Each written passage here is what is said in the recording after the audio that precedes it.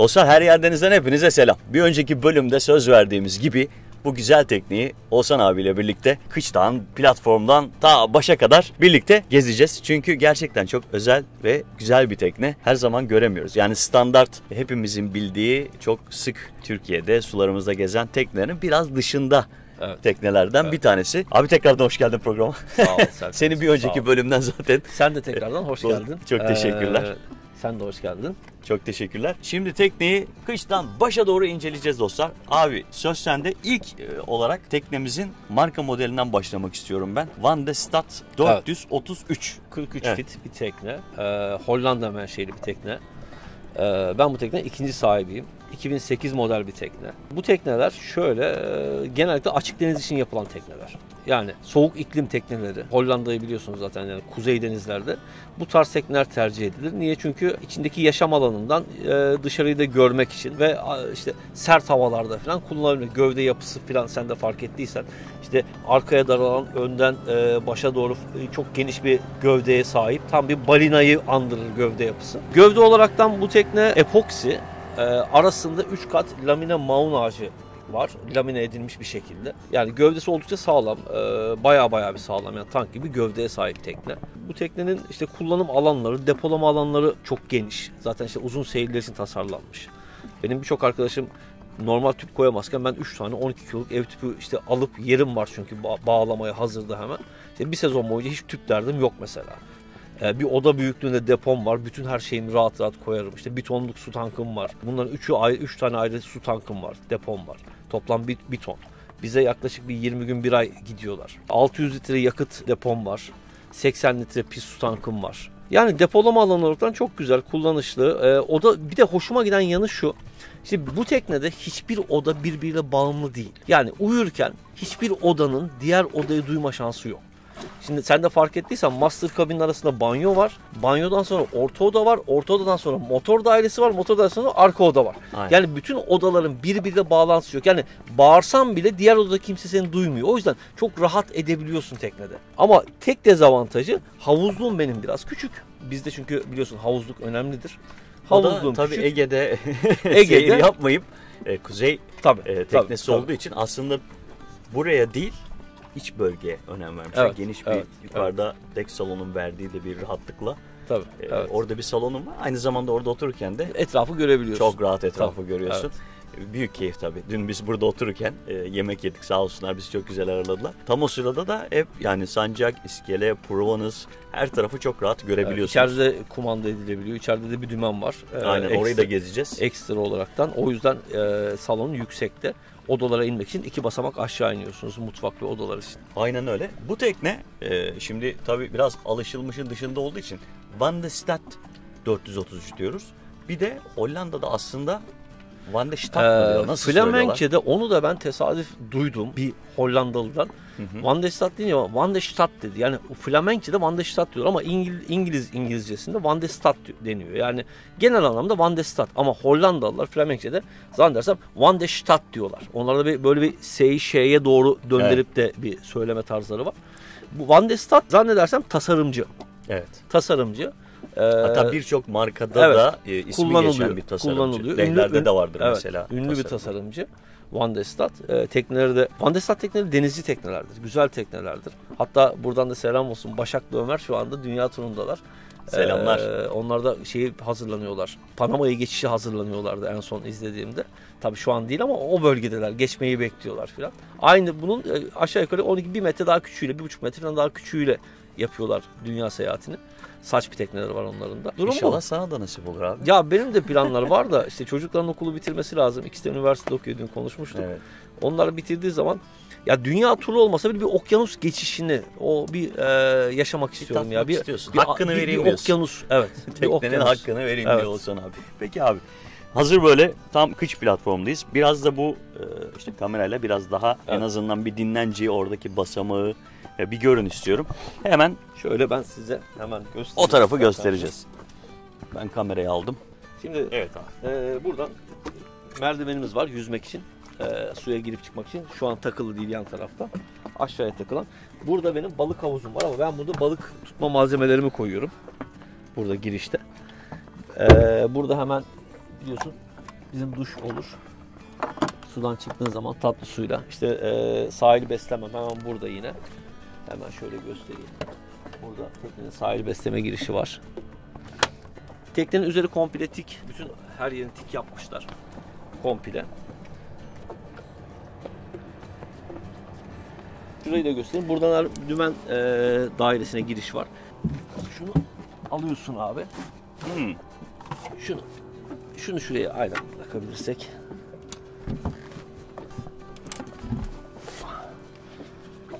Dümen dairesi burada. Benim tüpler şuradadır, ileride.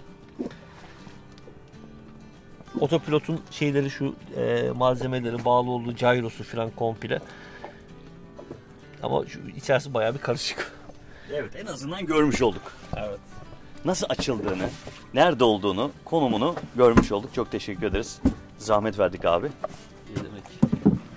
Hemen buraya döndüğümüzde burada bir merdiven görüyoruz. Onu da O yüzme platformu hemen merdiveni. aynen yüzme Tekneye girmek platformunun için buraya takılan. hemen orada dinlencede 2 tane girişi var. Evet. Merdivenimizi takabiliyoruz. Burada yine koç boynuzumuz var. Burada Kurt ağzı. kurt ağzı var. Sancakta Bir ve kurt ağzı da. iskelede Yine kurt bir ağzı tane var. de büyük bir kurt ağzımız var değil mi? Evet, evet. Bunlar başta da var. Evet. Sancakta iskelede onları bayağı büyük kullanmışlar. Ama dün takarken birazcık büyük halatta üstten takmaya çalıştığınızda hafif bir zorlanabiliyorsunuz. İçeriden geçirmek gerekiyor. Geniş çaplı halatları. Buradan hemen buraya doğru dönüyorum abi ben şimdi. Abi tam buraya geldiğimizde senin burada göstergelerin var tabii. Evet. Yine burada bir tablet kullanıyorsun büyük ihtimal Navionics için. Navionics için chart plotter'ım var. Burada aydınlatmalarda kullandığım seyir esnasındaki cihazlarımın lambaları. Burada göstergelerim var. Devir saatim var. İşte akü, hararet, akü. Bunlar var. Aynı göstergeler içeride de var. Aynen. İçerideki dümende de var. Oraya da bakacağız. Haricinde kendime göre dizayn ettiğim işte dürbünüm burada takılı, bıçağım burada, işte yelken kollarım burada takılı, telsizim, el telsizim burada, işte sabit olan içeride zaten. Burayı ben kendime göre dizayn ettim tamamen. Seyir esnasında ben şunu da yapıyorum. İşte bu dümeni buradan çıkartıyorum, yan tarafa alıyorum. Çünkü içeride de bir dümenim var. Acil durumda kullanmak için. Evet. O benim için büyük. Öyle bir artın var tabii. Tabii o zaman havuzlukta çok daha rahat bir geçiş oluyor. Yani burayı ben kendime göre dizayn ettim, tasarladım. İşte bu şekilde. Çok güzel. Burada büyük bir dümenin var. Evet. Havuzluktan bahsetmişti Oğuzhan kaptanım. Şimdi ben buradan hemen iniyorum dostlar. Burada Gaz kolu. ikimiz sığıyoruz. Ve bu teknede gaz kolu nerede derseniz Burada. benim en çok merak ettiğim şeylerden bir tanesi gaz kolunun yeri. Evet. Dün hatta bu tekneyi kısa bir seyirde olsa kullanma şansım oldu. Dedim abi yani gaz kolu nerede? Mesela ben bu teknede gazı ileri yol verseydim ileri ittirdim doğal olarak ama bunu aşağıya doğru ittirdiğinizde tekne tornistan yapıyor. Tam evet. tersinde ileri yol veriyor. Yine burada gördüğünüz gibi araba çalıştırır gibi çalıştırıyorsunuz bunu. Evet. Anahtarı çeviriyorsunuz. Aynı kontaktan içeride de var. Çift taraflı. Bütün şeyler, sistemler. Burada bir yuva var. Otopilotun. Onu otopilot tamire gönderdik. Otopilotun yeri burası. Harika. Yani biraz göstermek istiyorum. Siz burada Dümen Mahallinden provaya doğru bakarken tekneyi bu şekilde görüyorsunuz. Hemen şöyle göstermek istedim. Yine burada az önce bahsettiğimiz havuzluğumuz. İşte buradan geçerken dostlar bakın biraz şöyle dar bir alandan geçiyorsunuz. Burada bir tane masamız var. Bundan da hemen bahsetmek istiyorum. Çünkü masayı kaptanım kendi yapmış. Evet, çok da aynen. Bu masayı çevirebiliyoruz. Değil mi kaptanım? Seyir esnasındayken istediğimiz yere şöyle yapıp mesela havuzu daha geniş kullanmak için istediğimiz yöne çevirebiliyoruz. Yani orijinal kendi yok vardı daha küçüktü. Bu hareketli olduğu için havuzlukta daha rahat seyir yapmamızı sağlıyor. Harika. Evet. Olmazsa olmazımız. Süpersin. Hemen buraya geldiğimizde 2 tane vincimiz var. Oldukça büyük vinçlerimiz. Evet. Sancakta ve iskelede. Tam konumunu görmek istediğinizde burada bir koç boynuzu var. Daha var. Evet. Bu koç boynuzunu ben tabii yelken esnasında da kullandığım oluyor ama genellikle cam kilitleri kullanıyorum. Gelen makaraları kullanmak için, halatları kullanmak için. Koç boynuzunu da kullanıyorum. Ayrıca dingimi mataforaya aldığım zaman da koç boynuzunu kullanıyorum. Orada da işime yarıyor. Arkadaki küçük koç boynuzu. Harika. Hemen bunların altlarında bir depolama alanlarımız var mı? Burası oda, burası depo. Burası depo. Girişi nereden? Girişi burada. Ha, yine buradan. Evet. Koltuğun altından yapıyoruz. Evet. Burada büyük bir depom var. Hatta burada da bir tuvalet var. Aktif, manuel. İçerideki tuvalet elektrikli, buraya manuel tuvalet koymuşlar. Bunu zannedersem arıza anında bu devreye girsin diye, ki daha şu ana kadar öyle bir şeyle karşılaşmadık ama umarım da karşılaşmayız. Şöyle göstereyim. Burada büyük bir depom var. Oldukça büyük bir depo. Aynen öyle. Dediğin kadar varmış kaptan. İleriye doğru gidiyor. Hatta buraya bir odaya bile çevrilebilecek. Bayağı bir gidiyor değil mi? Evet. Kıça doğru gidiyor. Gerçekten çok geniş. Dediğim gibi hani odaya çevrilse çok rahat. Tabii. Burada Burada iki bir kişi de tuvalet de yapmışlar ki. yatar. Evet. 2 kişi yatar. Burası bayağı büyük bir alan. Tam şurası da bir oda zaten. Arka oda. Burada da bir 3-4 kişinin kalabileceği bir odam var. Büyük bir oda burası. Oraya da bakacağız kaptanım. Çok teşekkür ederim. Hemen buradan teknenin içine girmeden önce biz birazcık güverteye, yürüyüş yoluna çıkıp dışarıya bakalım. Hemen buraya geldik. Yürüyüş yoluna gitmeden önce bu büyük salonun üstünü size göstermek istedim. Ve yine burada oldukça büyük bir bumbamız var. Yelkenimiz yok. Yelkenimiz sanıyorum ki gelecek. Yırttık çünkü onu geçen sene. Tabii burada bir pupa palangası görmüyorsunuz. Yok mu diyeceğiz, tabii ki var. O da sökülmüş. Ana yelken montajı Klasik ana yelken. Evet, yığma klasik ana Evet. yelkeniniz var. Buradan hemen devam ediyoruz. Burada hemen salonun üzerinde bir hatch görüyoruz. Prova'ya doğru açılan salon hatch'ini görüyoruz. Şimdi burada konfor için 2 tane çok güzel güneşlenme minderimiz var abi. Evet. Tabii oldukça geniş bir teknedesin. Burayı da bütün hakkını vererek kullanıyorsun diyeyim. Hemen buradan devam ediyoruz dostlar. Bakın burada ben bayılıyorum bu küpeştelerin ahşap olmasına. İnanılmaz bir ruh katıyor bence tekneye. Evet. Buraya geldiğinizde yine büyükçe bir hatch'imiz var. Gerçekten hatch büyük ama. Evet. Tek hatch kullanmışlar master kabinin üzerinde. Ve devam ediyorum. Yine burada tik alanlar çok geniş. Burada 2 tane zaten gördüğünüz gibi pufidik koltuğumuz var. Bizim akşamları. Aynen. Buradaki keyifleri görmedik sanmayın. Burada keyif yapıyorlar. Hemen buraya geldiğimizde zincir dolabımız var. Ve zincir dolabının burada bir ırgatımız mevcut. 80 metre onluk zincirim var. Çapam var. Çapa. Şöyle hemen izah edeyim. Ben bu çapayı ilk kullanmaya başladığımda bana çok kişi dedi ki ya bu tarar, bu şöyle olur, bu böyle, çok kişi söyledi. Çapayı değiştirdiler. Aynen, bizim denizcilikte hani herkes her şeyi bilir ya. Ben bu çapayla yani belki 200-300 defa alargada kaldım ve çok ciddi havalar da yedim. Abi bir kere taramadı. Bir kere taramadı. Yani o yüzden kullanacak olan düşünenler varsa kesinlikle tavsiye edebilirim bu çapayı. Evet, tabii senin zincirin de onluk bir zincir. Evet, zincirinde etkisi var. Ağırlığını da tabii kullanıyorsun. Hemen buraya geldiğimizde dostlar, burayı göstermek istiyorum. Yine burada küpeştenin hemen üzerinde burada bir tane kurt ağzı var. Mesela bu halatı hemen şöyle göstereyim. Dün buradan sokarken birazcık zorlandık. O yüzden içten geçirirseniz böyle bir halatı biraz daha rahat ediyorsunuz. Tabii bu kurt ağzından... Şöyle bir şey değineyim burada. Şimdi bazı teknelerde, özellikle yeni teknelerde kurt ağzı olmuyor. Bazı teknelerde. Ama kurt ağzı bir teknenin bence olmazsa olmaz. Bence çünkü de öyle. Yükü çok ciddi emen bir şeydir kurt ağzı. Ve mutlaka halatların kurt ağzından geçirilmesi lazım. Kesinlikle katılıyorum kaptanım. Buradan da kurt ağzından geçtikten sonra biraz daha geriye konumlandırılmış 2 tane koç boynuzu. Aynen 2 tane koç boynuzumuz burada. Biraz da şöyle baştan kıça doğru tekneyi bir gösterelim kaptanım. Tiklerle birlikte ve ahşap dokusuyla oldukça keyifli, klasik görünümlü bir tekne. Evet. Harika. Hemen burada abi mazot girişi, yakıt girişimiz var. Sanıyorum karşılığında da. Aynen. Sancak tarafında aynı tam karşısında da temiz su tankı girişi var. Hemen arka tarafında da, kış tarafında da aynen bunun paralelinde, yani sancak tarafında pis su tankı çıkışı var. Şimdi çoğu teknede çarmıh telleri 2 tanedir. Bunda 4 tane yanlara inen, sağlı sollu, yani iskelede 4, sancakta 4 tanedir. Bunun ben artısını gördüm. Evet, gördüm.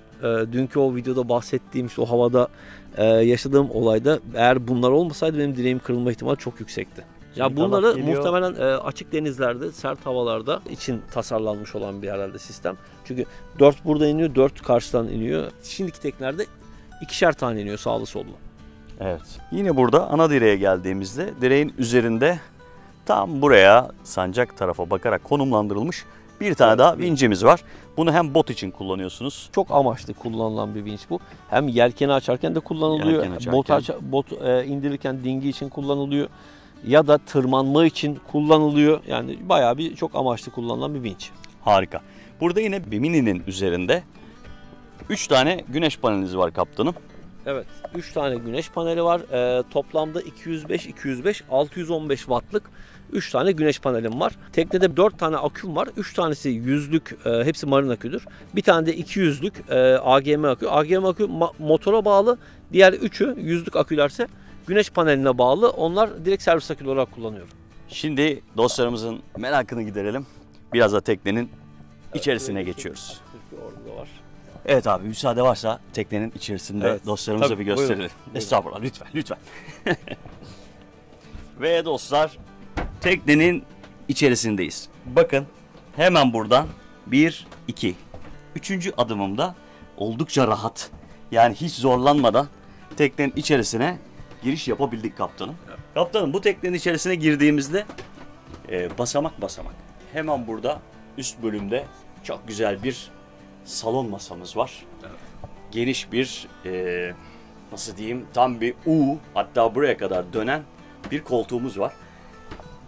Büyük ihtimal işçiliği zor. Bakar mısınız dostlar? Bütün ahşap işçiliğinde eğri eğri tam yuvarlatılmış ağaçlar görüyorsunuz. Şimdi o kadar bayılıyorum ki abi buna. Yani şey değil. Böyle direkt kesilmiş ağaçlar yok. Gerçekten güzel bir işçilik var. Zaten içeriye girdiğinizde de o ahşap dokuyu alıyorsunuz. Buram buram böyle bir ahşabın sıcaklığı, o klasik doku burnunuza geliyor. Dostlar, hemen size bütün teknenin içerisini anlatacağız. Bir yer değiştireceğiz. Sanıyorum ki motorun üzerinde duruyorum abi şu anda. Tam motor burada. Hemen bir yer değişeceğiz ve size tam buradan anlatmaya devam edeceğiz. Tatam tata tatam. Gördüğünüz gibi salondayız. Kaptanım, burada harika bir kaptan köşkünüz var burada. Evet. Harika, içeride. Biraz burayı da anlatmanızı istiyorum. Gaz kolunuz, dümeniniz. İlk tabii bu tekneye bindiğinizde, çok özür diliyorum, hemen küçük bir dümen görüyorsunuz. Bu bir yelkenli. Nasıl çevireceksiniz? Yani buna dümen palasının yükü nasıl binecek derseniz, tabii ki bu dümen hidrolik. Evet. Burayı senden dinleyebiliriz kaptanım. Şimdi dışarıdaki bütün kontrol panelleri burada da var. Devir saatiydi, işte aküydü, yakıttı, hepsi burada da var. Burada ekstra olaraktan içerideki elektrik aydınlatmaları da ben buradan kullanıyorum. Evet. Komple. Gaz kolum var. Burada yine çalıştırmak için kontak her şeyi burada. Elektrik ayrıcısı da burada, bot şalteri. Onun haricinde telsizlerim burada. Kullandığım sabit telsizim olsun. Buradan yine demir atıp alabiliyorsunuz içeriden. Tabii. Hepsini buradan yapabiliyorum aynı zamanda. Onun haricinde burada bir tane buzdolabım var yine. Aynı buzdolabından burada da var bir tane. Bu teknenin kendi üzerine gelen buzdolabıydı bana, ama bunu daha sonra ben yaptırdım. Çünkü yetmiyordu bir tane küçük buzdolabı. İkinci buzdolabı şimdi gayet yeterli oldu. Bunun yerini de kendiniz mi yaptırdınız? Şöyle, bunu üzerinde harita masası vardı. Evet. Ama düz bir masaydı açıkçası. Ben onun yerine böyle bir dolap yaptırdım buraya ki içerisine buzdolabı koymak için. Harika, hem de harita masası gibi üzerine kullanma. Bu sonradan yapılmış olan, benim yaptırdığım bir şey. Oldukça da şık olmuş bence. Evet. Hiç göze batmıyor yani. Yani en azından biraz göze batmadı, ama tabii teknenin kendi orijinali gibi oldu mu, ama gene fena durmadı yani. Evet, bence çok güzel oluyor. Evet. Böylelikle 2 tane buzdolabınız Evet, 2 tane buzdolabı çok ihtiyaç yani. Gerçekten teknede yaşıyorsanız müthiş ihtiyaç olan bir şey. Uzun seyirler yapıyorsunuz çünkü. Evet. Yani biz yaklaşık 7 ay 8 ay teknede kalıyoruz yani, net. Harikasınız. Yine yangın tüpleriniz konumlandırılmış tabii, olması gerektiği gibi hemen içeriye. Aynen, motor dairesinde bir tane 6 kiloluk, onun haricinde birer kiloluk, işte 2 tane de burada var. Biri mutfakta, biri burada, hemen ulaşıma kolay. 3 tane. Bunların hepsi tarihlerini, ben yeni güncellerini takip ediyorum. Peki bu teknenin mutfağı nerede diyorsunuz, merak ediyorsunuz. Hemen buradan bir basamakla indim, ikincide de zemindeyim. Evet. Burada yine iskele tarafta bir mutfağımız var. Bunların hepsi orijinal mi bu arada? Orijinal. Hepsi orijinal. Bakar mısınız dostlar şuradaki ahşap işçiliğine? Yani şurada tuttuğunuz, aynen öyle, tuttuğunuz yerlere bakar mısınız? Ne kadar güzel yapmışlar. Bayılıyorum abi böyle ince işçiliklere. Yani kesinlikle alelade bir teknede değiliz. Çok özenilmiş. Her tarafına bakın, görüyor musunuz? Şu çekmecelerin güzelliğine bakın. Ve burada bile küçük ayrıntılar yapmışlar. Ben çok beğendim abi. Ekstra ahşap işçiliğini gerçekten çok seviyorum. Harika olmuş. Yine burada bir tane fırınınız var. Evet, bir tane marin ocak var. İşte tabaklarımızı falan koyduğumuz dolaplarımız, bardaklar için yine aynı dolaplarımız komple. Harika. Açık raflarınız var Açık burada. raflarımız. Ondan sonra işte o çatal kaşık bıçak için koyduğumuz malzeme yerlerimiz. İşte duvarlara böyle benim yaptığım daha sonradan ilave ettiğim Çok malzemeler koymak için. Çok keyifli ama ilave ettiğin her şey çok keyifli. Master kabinde de göstereceğim onu özellikle. Bakın evyenin büyüklüğünü görüyor musunuz? Evet. Büyük ihtimal burada çok rahat ediyorsunuz. Evet. Evet. Yo, mutfağımız çok rahat. Tam Bu konuda yuvarlak, yaşamıyoruz. büyük ve buraya doğru da bir genişleyen bir tezgahınız var. Gerçekten çok keyifli. Şimdi ben tabii hayran olduğum için tekneye gerçekten hayran anlatıyorum. Buradan Master kabine mi gidelim ilk? Master kabin. Burada bir Master kabinin kapısı var. Şimdi bu kapıyı öyle alelade geçmek istemiyorum. Yine bakar mısınız dostlar? Burası dikdörtgen bir kapı değil. Tam bu gemilerde gördüğümüz gibi bir gemi kapısı gibi bakın. Hemen geliyoruz. Büyük gemi kapısı sonuçta. Bakın. Master kabine giriş yaptık.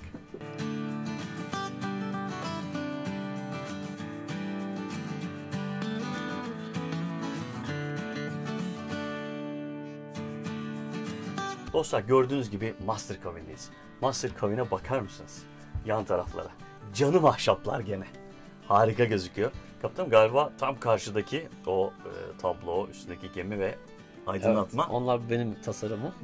Bana ait. Çok güzel olmuş. Onları böyle gece yatarken ışıkları kapatınca, buradan perdeyi açınca, hatch'i de açıyorum. Evet. Yıldızları görüp sadece şu karşı ışıkları açıp çok güzel beni böyle bir alıp götüren bir ambiyans oluşuyor. Ya çok güzel. Gerçekten harika. Yine burada tabii şeyi görüyorsunuz. Master kabinin yatağını.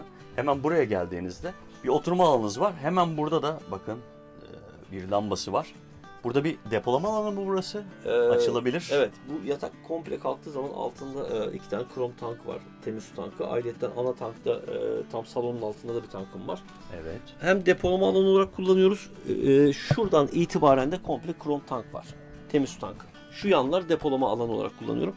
Buranın aldığını, burası da yine depolama alanı. Küçük bir depolama alanınız Evet. var. Yine buraya baktığınızda burada 2 tane çok şık dolabınız var. Yine buraya döndüğünüzde de burada kullanabilecek bir alanınız var. 2 tane dolap, 2 tane de dolap aşağıda var. Oldukça şık, keyifli bir master kabin. Ve buradan kaptanım yine devam ettik. Bir kapımız daha var. Evet. Bu teknede tek tuvalet banyo var. Evet. Yani Yani depodakini dışarıdakileri düşünmezsek, evet, evet, onu saymazsak tek aktif olarak kullandığınız tek tuvalet banyo var. Yine buraya geldiğimizde dolap kapaklarınız hepsi ahşap. Evet. Onlar dikdörtgen kullanılmış. Gerçekten geniş, rahat edebildiğiniz içeride bir tuvalet banyonuz var. Evet. Banyomuz rahat. Yani o konuda, çünkü daha önce de diğer teknelerde de kiraladıklarımız falan da oldu. Onlar da çok rahat olmuyordu ama burada çok rahat. Depolama alanları olsun, kapakların altlarında, kendi altında olsun. Bizim bayağı bir rahat ediyoruz açıkçası. Harika. Ve yine bir kapı daha. Evet. Buyurun. Buraya girdiğinizde dostlar ilk baktığımızda vay Burada bir demiştim odam ben. varmış demiştiniz. Ama şimdi burada salonu görüyorsunuz. Hemen burada salon masası. Salonun masasının hemen altındaki bölüm komple yatak olarak değerlendirilmiş. Ben şimdi burayı size birazcık göstermek istiyorum. Bakın hemen buradan bir geçiş yaptık. Burada 1 metre, nereden baksanız 1 metreye 80 santim ya da 1,20'ye 80 santim gibi bir zeminde alanınız var. 2 tane dolabınız mevcut. Yine burada havalandırma pencereniz var. Ama buraya geldiğinizde dostlar bakar mısınız? Kocaman bir yatak var burada. Bilmiyorum kameraya yansıyor mu ama burası oldukça geniş dostlar. Yani burada 2 kişi değil 3 kişi yatarsınız. Oldukça geniş bir yatak hemen salonun altında gizli. Yani kaptanımın bahsettiği, bakın master kabin, arada bir tuvalet banyo var ve tekrardan burada yeni bir kameranız var. Arkasında motor dairesi var. Yani hemen arkasında tabii arada diğer da. odada hiçbir odanın birbiriyle bağlantısı yok. Ve yine buradan devam ediyoruz. Şimdi hazır motor demişken kaptanım bir motoru görebilir miyiz? Tabii. O maşallah diyeyim de tıkır tıkır güzel çalışan dünkü motoru göreceğiz şimdi. Kaç beygirde motorumuz? 80 beygir, 80.05. Üretiminden beri, 2008'den beri aynı motora sahip Evet, değil mi? aynı motora sahip. Tabii tekne çok kullanılmadığı için şu anda 410 saatte. Daha motor yeni bir motor aslında. Bakımları tamamen yapılmış. Perkins, İngiliz Perkins. Gerçekten tertemiz. ZF şanzımanı var. Motorum gayet güzel. Yani bakımlarını ben düzenli yaptırıyorum. Çok güzel. Böylece hem motorun konumunu görmüş oldunuz hem de motoru görmüş oldunuz. Oldukça güçlü. Bu motorla ilgili dün sohbette bir şeyden bahsetmiştin kaptan. Şu kadar devirde, şu kadar hız yapıyorum gibi acayip rakamlar vardı. 900 devirde. 900 devirde ben sadece motor seyrinde bir 6'ları falan görüyorum aşağı yukarı. Harika. 1800. Ya onlar için ama 7.5-8'leri görüyorum. 2000 devirde 8'leri görürüm. Tabii elinizin altında böyle yelken güçlü, hariç yani sadece motor seyrindeyken. böyle güçlü bir motorun olması da size ekstra bir güven Tabii. veriyor sanıyorum ki. Yani harika. Ve yakıtı da az. Yani saatte 3 litre falan yakıyor aşağı yukarı. Saatte 3 litre. Çünkü basmadığım için yani 900 Aynen. deviri geçmiyorum. Ama basarsam tabii yakar.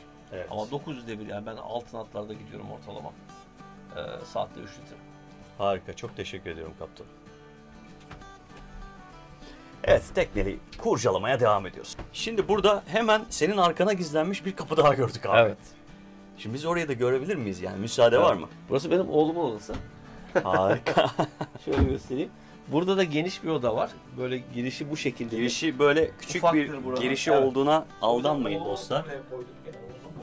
Biraz zorlansın. Hafif eğilerek girdik.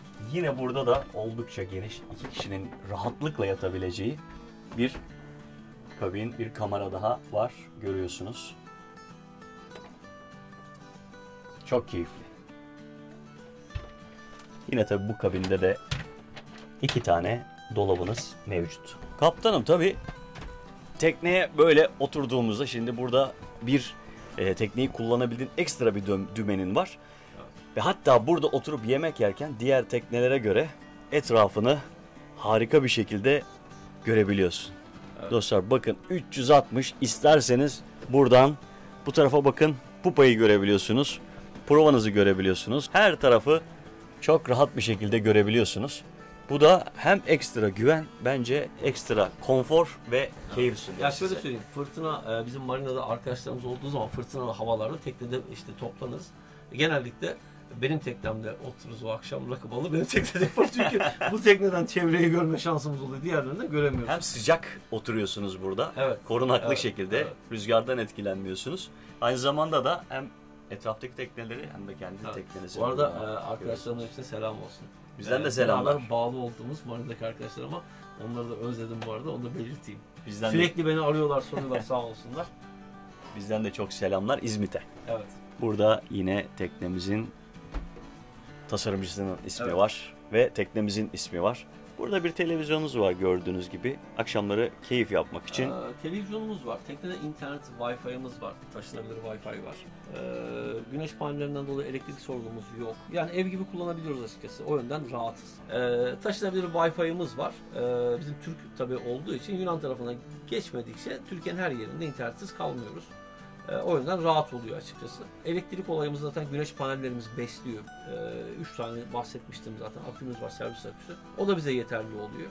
O şekilde suyumuz da bize 20 gün üzerinde bir ay gidiyor. Yani misafirimiz olmazsa tabii kendimiz kullanırsak. Yani teknemiz o yüzden bize ev konforu yakın vermese de tam ama verebiliyor. Çünkü de mutlu oluyoruz içerisinde. Her şey minimize çünkü teknede. Her şey küçük. O mutluluk yüzünüzden belli zaten. Evet. Bakın Elvan Hanım'ın da gayet yüzünüzden belli mutluluğunuz. Çok teşekkür ediyorum size. Gerçekten hem bu tekniği bence merak eden dostlarımız vardı. Hatta biz sizinle Instagram'dan gönderi yaptığımda merak ediyoruz diye yazan dostlar vardı. Özellikle bölümü merak ediyorlar. Tekneyi de merak ediyorlardı. İnşallah onlar için bir fikir vermiş oluruz. Yani Türkiye'de pek olmayan bir tarz bir tekne bu tekneler. Bunlar biraz daha farklı. Kuzey Deniz'de olan tekneler. Ben çok teşekkür ederim. Bütün her yerdeniz dostlarıyla birlikte teknenizin kapılarını bize açtınız. Biz de bu güzel tekneyi sayenizde görme şansı bulduk. Ben teşekkür ederim. Ben sizin videolarınızı izlediğimde çok hoşuma gidiyordu ve izliyordum sürekli. Kısmet benim teknemde çekmek kısmet oldu. Umarım herkese de bir yol gösterir. Sizin videolarınız bana yol göstermiştir. Çok teşekkürler kaptanım.